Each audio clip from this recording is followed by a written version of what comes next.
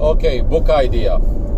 Survive, adapt, and overcome. A guide, a master plan for entrepreneur to become an entrepreneur.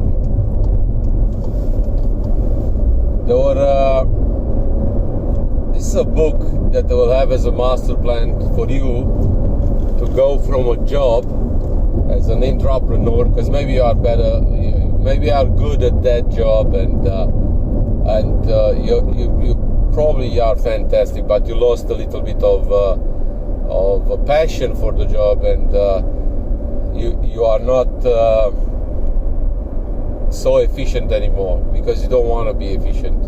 You are always you are in a little bit of a procrastination mode, but you have an internal fire, a fire that is always make you think that you want to become your own boss, your own entrepreneur.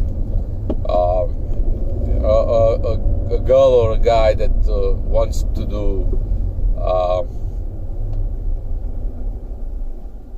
whatever he wants or she wants.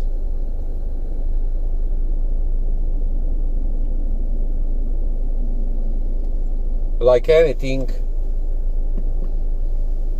it's a plan to that, and it's not like a business plan, it's more like a game plan on how, if you think of it like a line from the point that you are to the point that you want to be, or to the person that you want to be, or to the person that it wants to carry the activities or tasks that are making you happy and are making you content on what you are doing, because freedom is a relative notion, but being content is actually a different notion, and chemically it was actually proven that being content actually makes a person work even harder for the goals that she or he endeavors.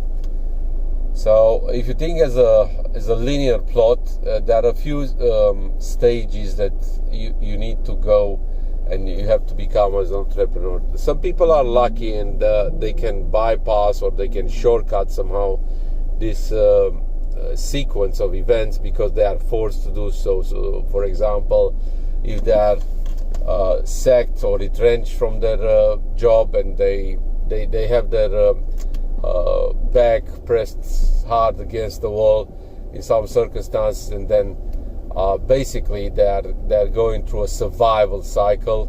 This is why I call the book Survive, Adapt, and Overcome, because there are three distinct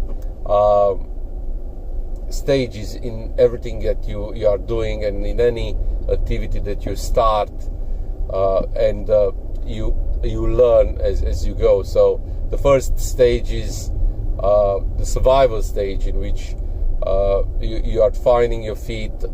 You don't know exactly what to expect from a situation. A good example is when you start a job. You might finish school, or you might be actually a different job in which you land from your previous job.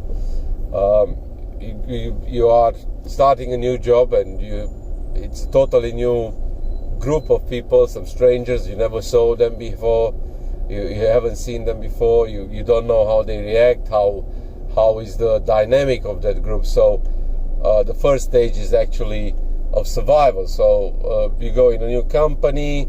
You start talking with some people around you. Probably the HR or not the HR, or your current boss will tell you, hey, this where you start. This is your desk, or this is your workstation, and this is what you do. And around you there are a bunch of people, women or men, that you don't know anything about. So obviously in the first break you present yourself, or if the boss is a good leader, it will actually introduce you to the group and will say, hey, this is Manny, this is Bob, is new, is doing this position, please help him to adapt, or whatever. So you have a few discussions, chat, and you discuss with the people, hey, so what are you doing, from where you are from, and so on. You are even in a, I won't call it a subservient position, but more of a, hey, I'm a good guy, so you might make a coffee to a person. Hey, you want a coffee? I'm doing myself a coffee, and so on. Discuss, hey, by the way, I don't know where this is saved, or could you help me with this, because I'm new and I don't know exactly where all the systems are located. And slowly after a couple of weeks or 2 weeks or 3 weeks, you start to know some people, and then you go in the adapt phase. So you adapt to the new situation. You start to teach or learn the habits of the other people. You start going in a rhythm, because you know your job. You know exactly, not necessarily you know exactly what to expect, but at least it's a system to the chaos that you have. So slowly become better. It's become a second nature. You know the structure, you know the dynamic of the company, and then is the overcome situation, where you start creating your own system, or you start to build or improve on the current system. And this is actually where your money worth it is in a company, because if I would be a good leader of a company, I would be very happy to see that some people are coming and are improving my system, and they are improving the efficiencies, and anything that has to do with reducing the cost and driving improvement. So that's a quick example on how there are 3 stages. Now, as I said before, you might be in a spot right now in your life where, hey, you know that you want more, and you know that the more you want is not to work for another company where you have another boss or another leader or whatever. It's the same job but in a different package. You want something for yourself, and you might have an idea of what you want, or you might not have an idea, and you are frustrated, and you are stuck, and this happens to a lot of people. So don't blame yourself for that, because it's a natural progression of some people. Now you are in a balance. You are in a balance between fear and challenge, and usually the best leaders and the best entrepreneurs are the people who are not afraid of the challenge, and they are not working based on the fear, so based on negative connotation of a job. They are actually working based on the hey, you know what, it's a new thing, let's try it. So you're not afraid of the challenge. But now it's a different stage. You want to become from a good worker or a good operator or a good manager or whatever the position is there. When I will refer now from a good operator, it might be any kind of job in any kind of company. Okay, so it could be a blue collar, white collar, you name it. So you are a good operator in your current job, but you might have been the best, but somehow you lost the momentum, and you lost momentum because you don't feel like you have to prove yourself. You might have started that job, with the first target to prove yourself. You went over that, and then you reached a stage that you plateaued, and that's normal to any kind of endeavor or job. And if you found a job that actually fulfills you 100%, and every day you are excited, you know what? I think you shouldn't change, because you are doing what you like, and that's not work for you. It's a passion.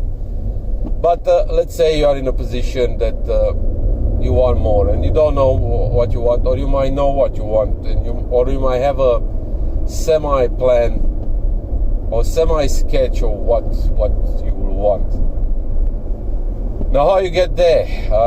Some people say, you know what, I should just resign and just go out, and then I don't care if I have a buffer or not, and I'll just go 100% in it, and so on. And there are people who are doing that. But there are a lot of people who are not doing that, or there are people that are doing that, they are not successful at the beginning, and they're going through a mad period until they make do. But that period might affect their family, that might affect the relationship with the loved ones, and their mental state as well, because they might achieve a success on a financial level, but everything else will be screwed around them. So here I am, and trying to highlight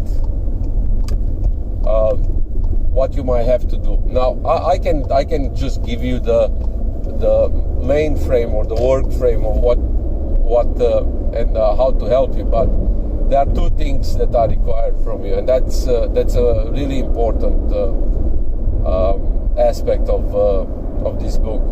There are two things. The first, it is a commitment in time, as anything, because I can't carry you there. I can just teach you something, or give you some lessons, or give you a work frame, but you have to do the work, because I wouldn't have a clue of what you want from your life. And the second one, it's a commitment in energy. You need activation energy. You need energy to do it. So this is why the first probably chapter in this book, it will be on how to survive. And how to survive is when you lay out the work frame for your future, for your master plan in your life. So the first thing that you have to do is, hey, how much time you commit for this endeavor. So it is 2 hours a day, it is 3 hours a day, is it 10 hours a week, is it 35 hours a week? I don't know. That's up to you. So I actually have some PDF files, and also in the hard copy book I actually make a reference to some PDF files that you can actually have a calendar and a schedule. And the commitment in time is not just how many hours you do a week, it's what kind of deadline you want to have in the whole endeavor, so to get what you want. So it is 1 month, it is 3 months, it's 6 months. My advice is to put yourself in a position that you are in the next 3 months to 6 months where you would like to be, or even if you didn't achieve what you 100% that you want to be, you will be 80% there, and it's still better than nothing, and you might still continue and maintain the momentum after. But from just from strong will perspective, 3 to 6 months it's what you can sustain, what a person can sustain. And this is why in the second stage of the book, which is the adapt, we'll put the main frame for work frame for how you make that a routine. And making it a routine, then it doesn't require activation energy, because activation energy, it's a finite resource that is getting spent very quick. In the overcome stage, you are already there. You are already on the cusp of going to your new nirvana, which is the entrepreneur, and you might have already a business started. So